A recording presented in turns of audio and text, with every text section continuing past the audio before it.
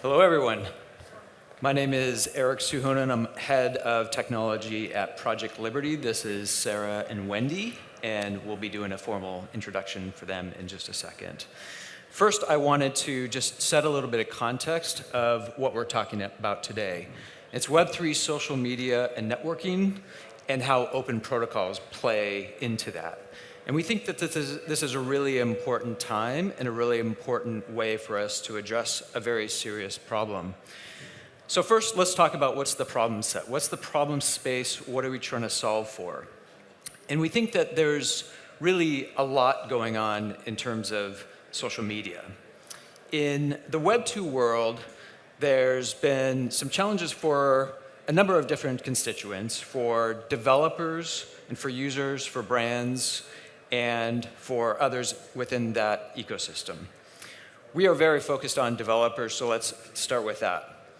For developers, a lot of people, and maybe all people, who have been either a developer in an ecosystem or have connected to an API or been in some type of app store or marketplace have had challenges. And some of those challenges are that they try to get access to an API that's permissioned and they can't get access, or it's too expensive, or they can't get their app into an app store of some sort, or they develop a great app and it gets rejected.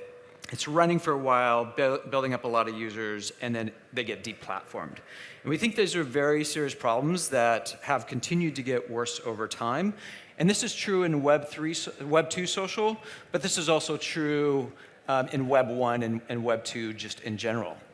And from a user perspective, a lot of what we have today is very much walled gardens. And we believe that there's some challenges with that for, as a brand, as a user, that you can get deplatformed and your account can get shut down at any time by the platform.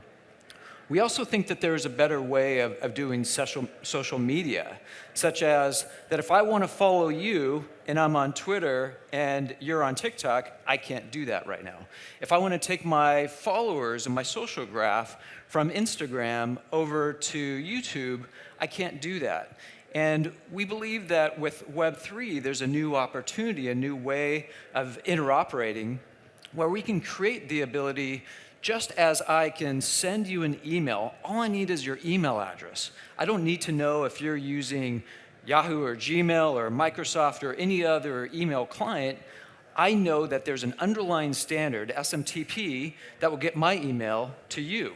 And that's really all I need to know about. But in social media, that doesn't exist. There's no way for me to just send you a message or send you a post or follow you and not care if you're on apps 1, 2, 3, or 100, but rather I just know it's going to get to you, or I can follow you because I know your universal handle, and I don't know where all this is. And we think that that's a really serious problem that exists today, and we think that there's a better way of thinking about social. Now, we also believe that the problems that have been created with Web 1 and Web 2 social can't be addressed, cannot be solved with the same approach that was taken in the previous generation. So we have to rethink this. We have to think about a different approach.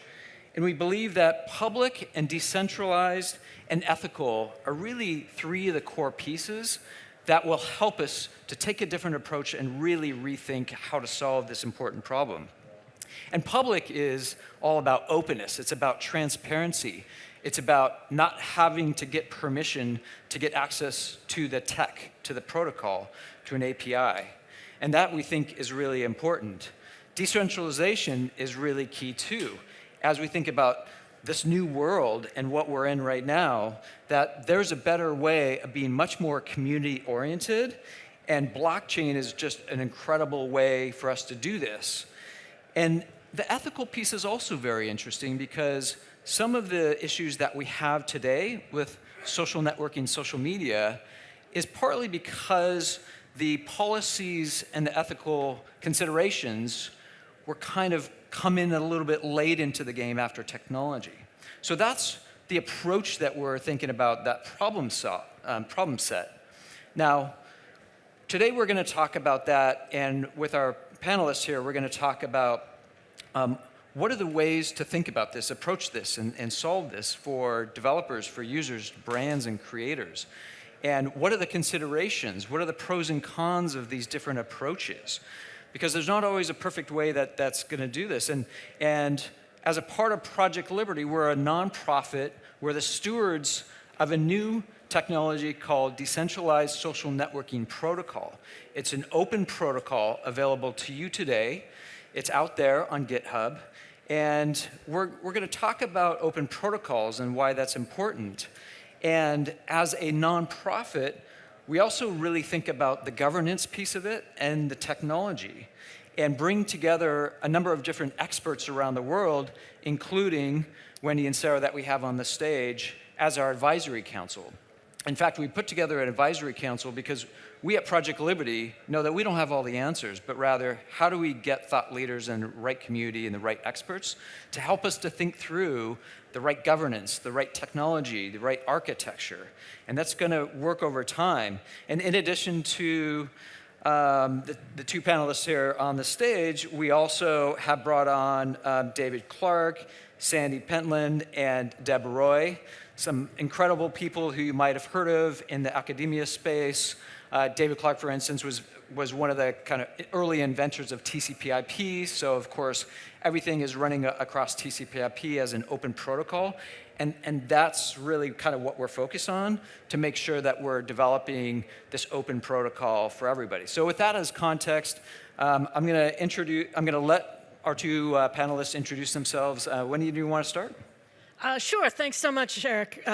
Wendy Seltzer. I'm a lawyer and technologist. I started early in my career, served with Electronic Frontier Foundation, defending online civil liberties. More recently, I've been in legal academia and with web standards governance at the World Wide Web Consortium. And I've recently joined Tucows, where I'm working on the challenges of identity governance on the internet, and thrilled to be a part of this project. Sarah? Yes, I'm Sara Wedeman. I'm a psychologist by training. I work at MIT in the Advanced Network Analysis Group. Now, you might think, what is a psychologist doing analyzing internet performance? And the answer is that I have gone in what I consider to be a totally straight line, even though nobody else sees it. I thought I wanted to be a therapist, and then I got a computer to write my dissertation, and I was not going to go back for a second degree, but I became really interested in technology, and that was quite a while ago. I think I was one of the first customers for Blogspot when it was independent, and for Grand Central Station before it was bought by Google. I knew that I did not want to continue helping people individually as a therapist, that I wanted to do things that made a bigger impact, and that's how I got involved in doing management consulting and strategy management consulting for 15 years, working in all kinds of industries, everything from banking to foundations to technology companies. And finally got a chance to work where I really wanted to work all along, in technology. But I bring to that sort of a deep commitment to fairness, decentralization, and sustainability in the broadest sense of the word. And upon arrival at MIT, I discovered that I'm not the only psychologist ever to have these interests. That J.C.R. Licklider, who was the person who envisioned the World Wide Web, the internet, before it became a reality, and who came up with the concept of the graphical user interface, was an MIT psychologist, as was William Gibson wrote Neuromancer. His name was James Gibson, and he did the early research on visual perception that ended up becoming the notion of affordances, and with which you may be familiar, and then ultimately he founded the notion of a web-based ecosystem. So I feel like I'm in lucky person to be in the right place at the right time. And that's where the story stops for now. Cool. Thank you very much, Sarah and Wendy, for the introduction. So just kind of as a couple of thoughts around, again, Web3 social, decentralization, protocols. First of all, they're two of the 5 advisors that we have. Question is, why do you want to be an advisor for decentralized social networking protocol? Oh, well, this matters to me tremendously, both personally and professionally. I was noticing in some of the other presentations that people were talking about fixes for traumas that many of us have gone through with, financial chicanery on the part of powerful others, with the agglomeration of money, power, and decision-making authority in very small places that, wreak havoc on the lives of the many. I know that from my research on the sense of community that a network made of nodes that are strong and healthy is one that is sustainable. And I also know that understanding the sort of the quirks and realities of human nature, if you can't do that, you can't do anything else, because all of this is about humanity. So those are some of the things that drew me. Cool. Thanks, Wendy. Sure. I think I came into the space of open source and open protocols as a lawyer, initially studying intellectual property and the means of ownership of information and of closure. And when I first encountered tools like the GPL of copyleft and communities building around openness rather than closure, it felt like a good way to sort of turn the tools of law inside out and to use them to enforce openness and interoperability. And then I continued from there, looking at more of the technologies upon which we can build open communities and enabling interoperability allows us as individuals to take ownership of our personas, of our connections, and of our community presence, and take it back from the platforms who try to own our eyeballs or mine us for engagement. I think we only have to look at what's happening with the changes to Twitter under Elon Musk's ownership to see that spaces that we thought were ours to develop can quickly be taken away from us if they're under proprietary control. So how can we build both the technologies and the structures around them, the law, the policy, the community norms, and the communities operating them to take our own control of our social presence and our interactions online. And so I saw DSNP taking those as core values of access, of interoperability, of openness, and came in to help think about how can we make sure that it's governed in such a way that it's not just the technology, but also the people interacting with the technology, continuing to support those values.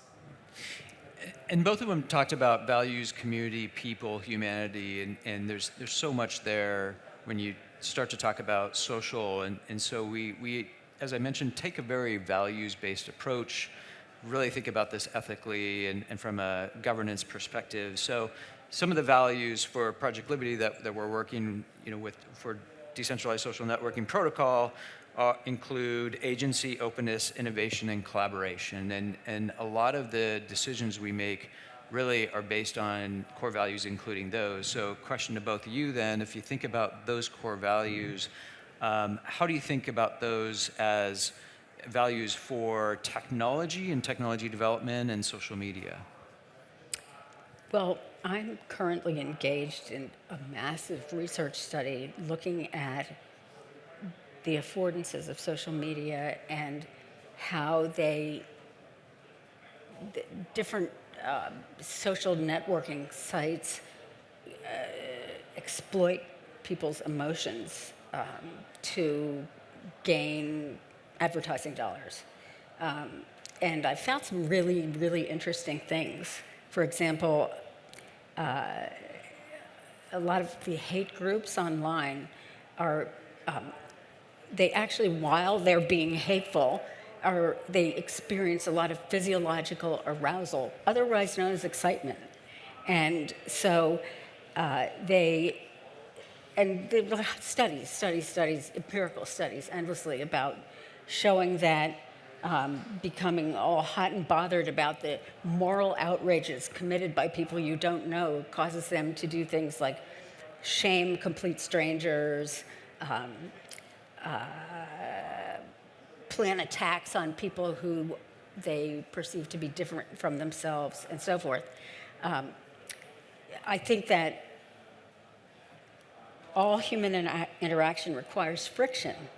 I mean, when I say friction, I mean there's heat. There's nothing wrong with some conflict, but this has taken to an extreme. And I think there are ways in which any platform can either make it easier to do that or make it harder or even impossible without losing the excitement of connecting with people online, because it's exciting and that's good excitement. I hope I'm answering your question, Erik. Yeah.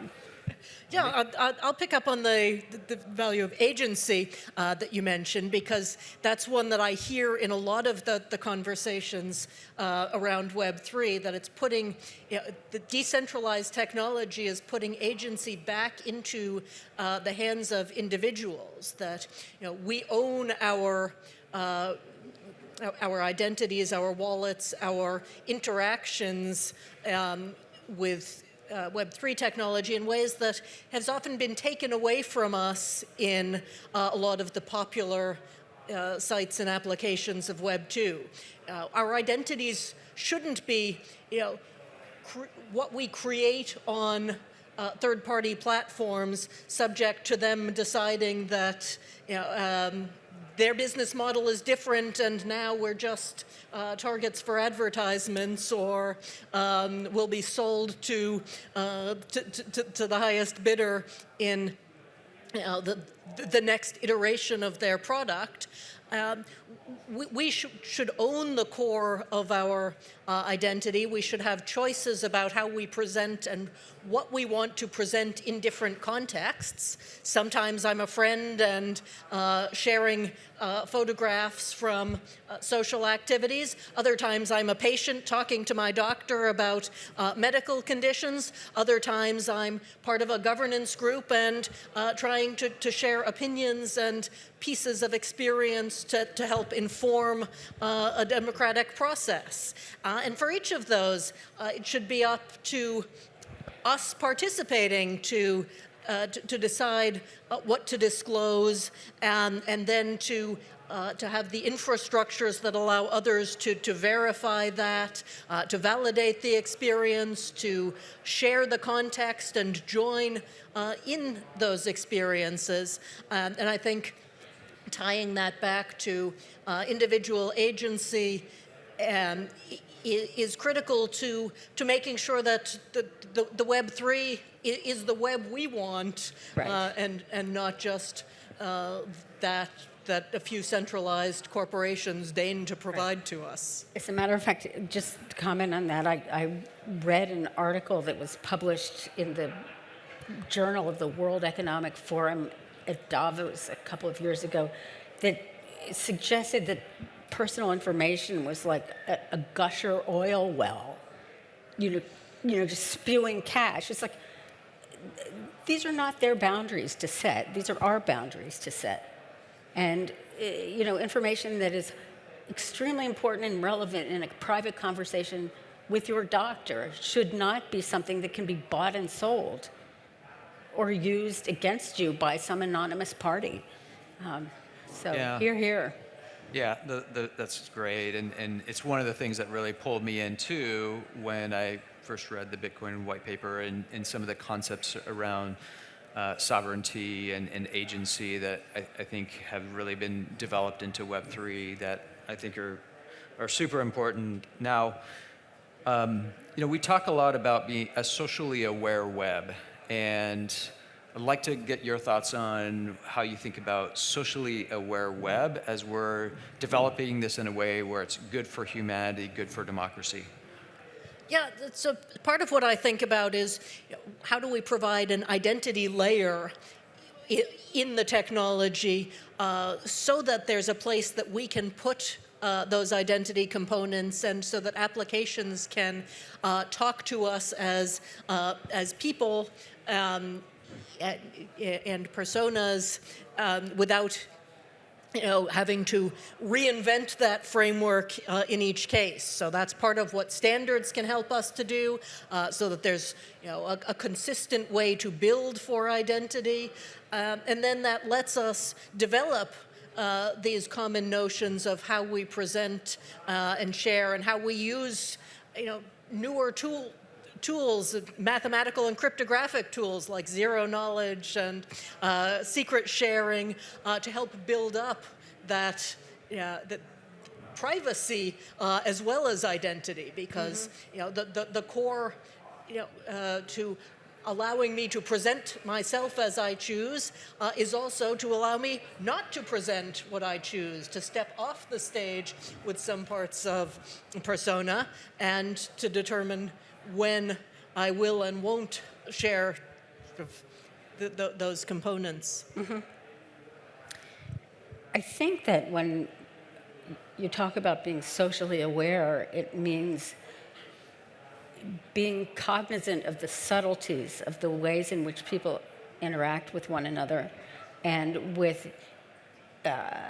technologies or other mechanisms, kind of not attitudes, but things, like features of the software, can either harm or help a person to maintain their own boundaries and to be able to present themselves as appropriate and as serves them. I'm not talking about, like I'm going to present myself as the Queen of Siam tomorrow afternoon, and I think you should believe me, but just that I can set some boundaries. Like, for example, I looked on Google one day and discovered that I supposedly was writing a lot of articles about nutrition in Central Europe, which I'm not. And I had no way to correct it. The normal complaint procedures are like a series of FAQs, and that the awareness of the social implications of disclosure are something that everyone should be thinking about, everyone who's designing these applications, platforms. And they bring up some important points too, which are again around identity and provenance, and whether it's for ourselves, for content and images and videos, and there's more and more deepfakes out there today. And to Sarah's point, we need to make sure that we're creating some technology that helps to solve for that. Especially, there's over 60 elections coming in 2024, and that's going to be a really hot topic as we start to see officials that are understanding, is this a real image of them? Is this a video where they're actually saying what they're saying or not? And I think that's something that we're really trying to address. Now, I mentioned also that Project Liberty is a nonprofit, is steward of an open protocol called Decentralized Social Networking Protocol, and that we're really community first and developer first also. And in that, we need to make sure that there's going to be varying opinions across the community as we're developing this, and we need to make sure that we are taking into consideration the varying opinions of the different community participants, and that we're listening and we're thoughtful about that, and we're remaining as neutral as possible. So a question to both of you then is, what's the best way for any of us, not just Project Liberty, but anybody in the room or beyond that's has a community, that's trying to build a community that is really trying to think about all the varying interests in that community and how to do the best for the community given all those varying interests? Well, I did a study of the sense of community in geographically distributed organizations, and it had an N of sample size of 23,000 respondents, fresh database.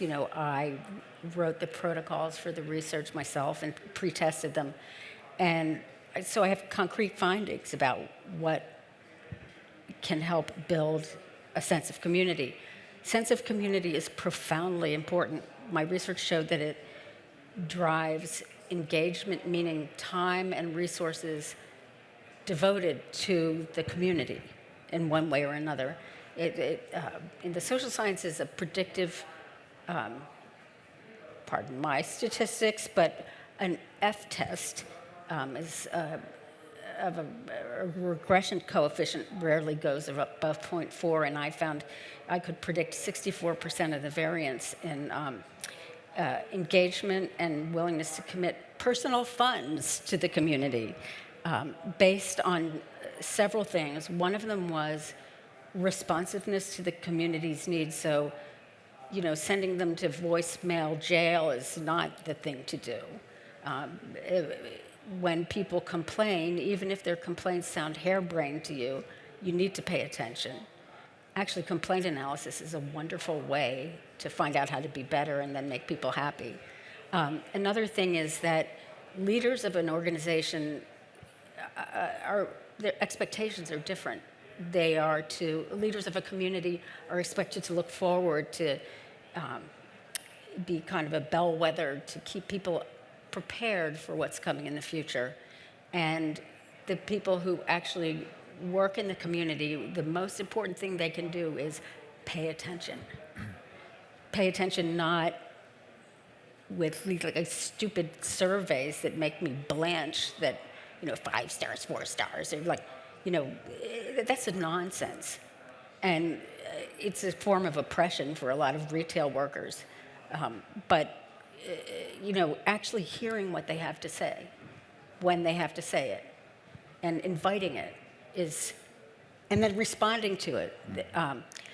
Those things are essential. And then the third thing is a kind of a interesting counterintuitive result, which is that there are outliers in every community. And you never know whether they're actually really brilliant pathfinders or they're nuts. You can't tell. It's impossible to tell. But you can't kick them out. When you extrude people who are different, you are actually losing a key engine of creativity. So, those are things that I think of when I think of community. And I might add, the ability to tolerate some conflict.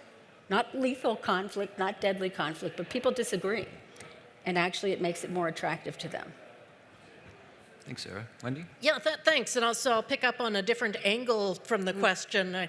It's a community standard setting and how we work together in communities building technology and building the frameworks, agreeing on the frameworks for technology.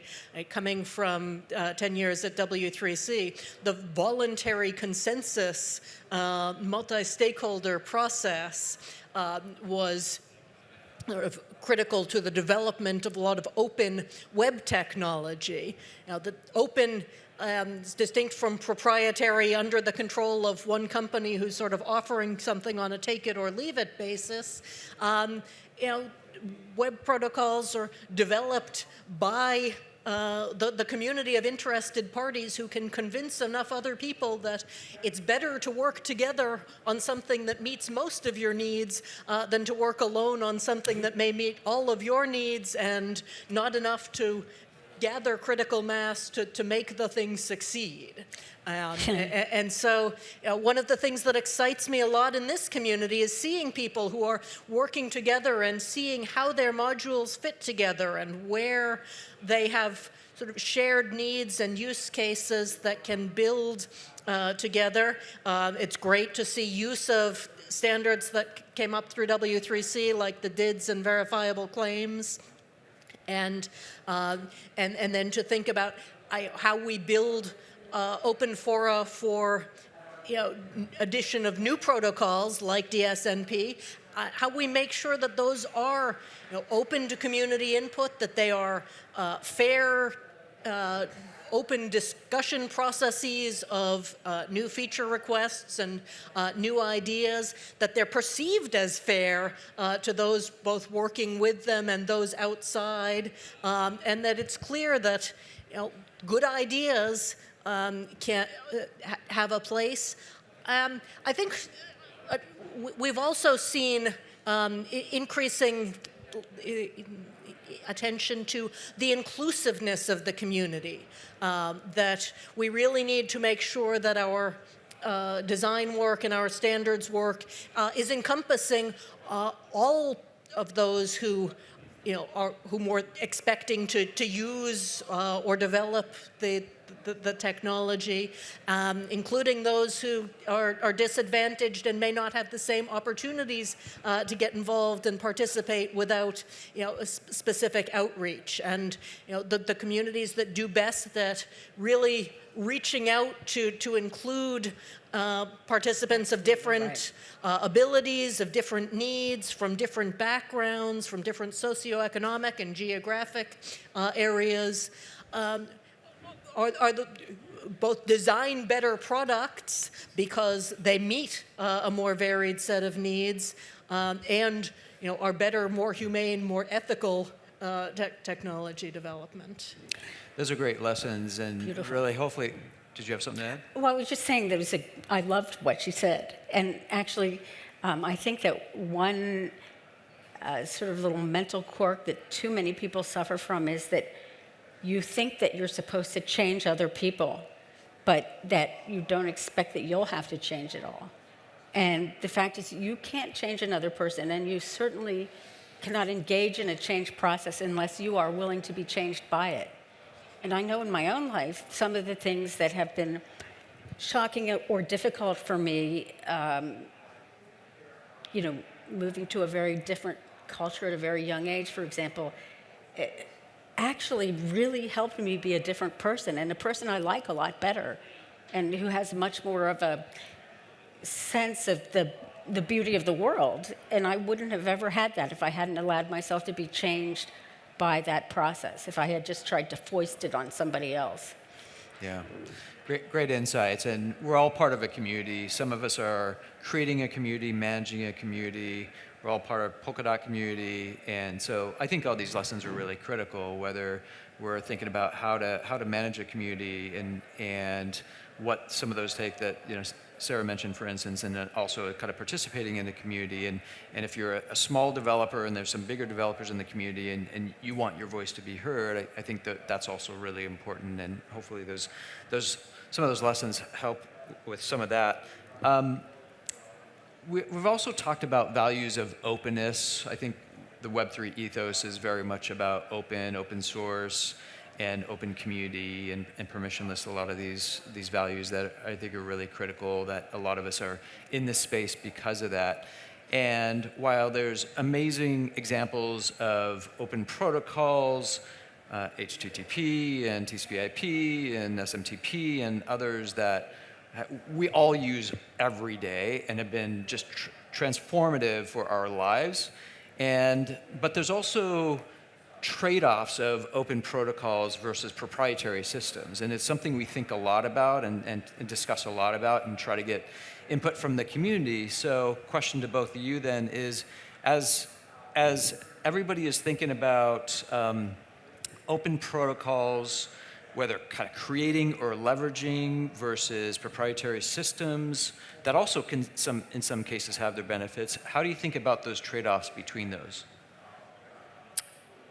Well, if you do a lot of statistical analysis, which I do, I think it's fantastic that we have moved away from these gargantuan packages like SAS and SPSS, which, by the way, cost an absolute fortune.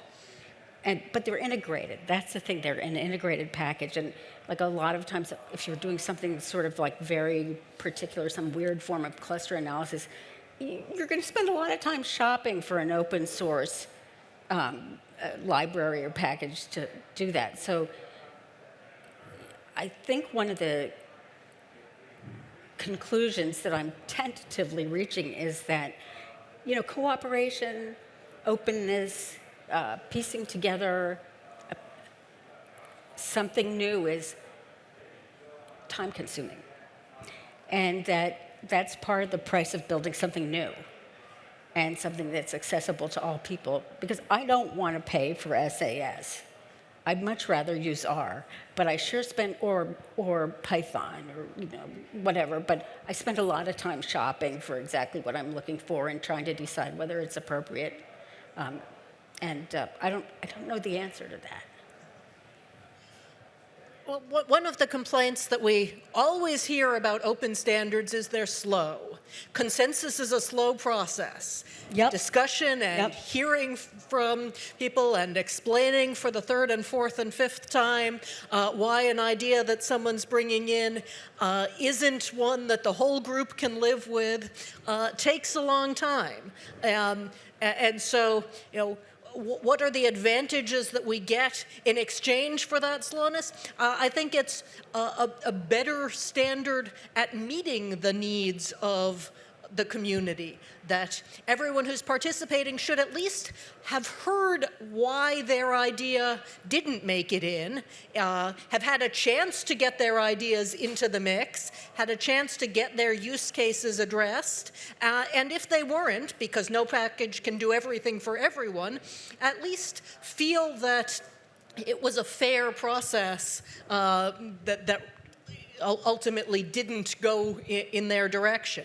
But many times, by getting those additional ideas in, we learn that there are different opportunities for compromise and different opportunities to make the protocol or the standard better to meet more needs that the original designer, who had this beautiful, elegant plan in mind, just hadn't thought about, because they had never worked in Latin America or Africa, or never worked with a particular community of users, and so never thought that a character set beyond the ASCII alphabet was what they needed to express strings in a protocol. When you talk to people who speak different languages and who write in different character sets, you quickly learn that interoperability requires Unicode and requires not just Unicode, but bidirectional scripts, and attention to the different ways that scripts can be annotated so that people can add meanings on top of them. And that makes for a more complicated specification anytime you're dealing with language, but it makes for one that reaches more of their of its users and ultimately serves people better. And I think that kind of adaptation is something that we see time and again in open protocol and open standards development. That's required to make it a World Wide Web. Yes. Yeah, and serving people is really critical and something we just think a lot about society and democracy and how do we help humanity. We're almost at time here, so just some final questions. So if we think about then the future of social media, Web3 social media, decentralized social media, what else, if you look out in the future, would you like to see that we haven't talked about already, that you'd like to see in terms of, if those in the audience are thinking about whether you have a social layer in your app or your site or your protocol, or using social media, social networking, and we're moving this to Web3 and really leveraging this great new technology, what would you like to see in the future of social media? I'd like to see standards and the ability to for the users and communities to customize their experience on top of a standard layer of technology. So instead of the Web 2 experience where every application has its own chat platform, and in order to talk to somebody, well, should we do it in the comments of our Google Doc, or in the Slack channel, or in the Discord, or on Matrix, or on Mastodon? And each time I have to find my counterparty and figure out what their identifier is and how to reach them and how to connect up the various message chains from those various spots. If we can unify build some standards for those interchanges so that we can still customize the experience, but make it easy to find the person and the context and community that we want. I think that will be a better future, and one in which we can better address the challenges of moderation, which we haven't even touched on. Yes, that's another topic for Yeah, it sounds day. like, and before you jump in, Sarah, Sure. I think that back to that comment on SMTP, and that I can send any of you an email, and I know it's going to get there, and I think it's another real-world example of what Wendy's talking about. Sarah? Well, I think that, okay, it's a combination of a stable, robust, meaning flexible platform that is designed for people, not for anybody to do anything, but designed with the people's interests at heart is essential. Then I would like to say that, I noticed that this is the impact room, and it's on the edge of this building. And innovation comes from the edge. So we're there, and I think in terms of the web itself, we need to understand that the web really needs to be global. It cannot be, just a group of well-educated people who like to play with gadgets. And, that's me, But having lived in West Africa, particularly in a time when the country I was living in was very poor, the ability of people to figure out how to use technology in novel ways was stunning. And we need to be attentive to that. By the same token, a lot of companies will be, and I know this is a tiny bit off topic, but these companies will say, we're giving cheap internet access to poor people, but they have to prove that they're poor, which is humiliating. And then the other thing is, they don't know enough to know that a lot of poor people in the US can't get a bank account. So they can't write a check. They're using payday lenders, pawn shops, and that sort of thing. And until we get a read of that reality, we're never going to be able to bring this wonderful thing to the world.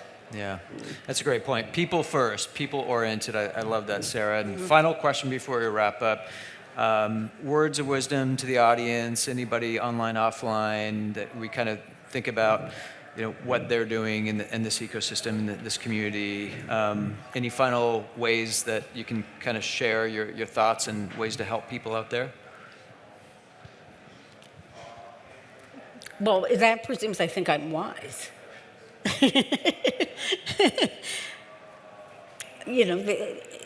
I always think that rather than rejecting the different, you should cultivate your curiosity. Mm-hmm. And I try to live by that. Yeah, I love curiosity. Anything else, Wendy? A shout out to all of those participating remotely here, and I love that there are hubs in different places that are connecting up to this. Thank you, yeah.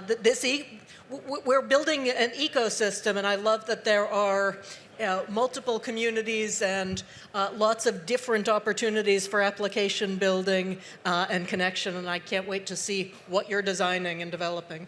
Yeah, the future's so bright, and we just need to make sure we're doing this as a community. So, just as a kind of takeaway, feel free to reach out to us if you're here at the conference. In person, we'll be around rest of today and tomorrow, and you can go to dsnp.org also to learn more about the open protocol. And I thank you for your time, and let's give it a round of hand to Wendy and Sarah.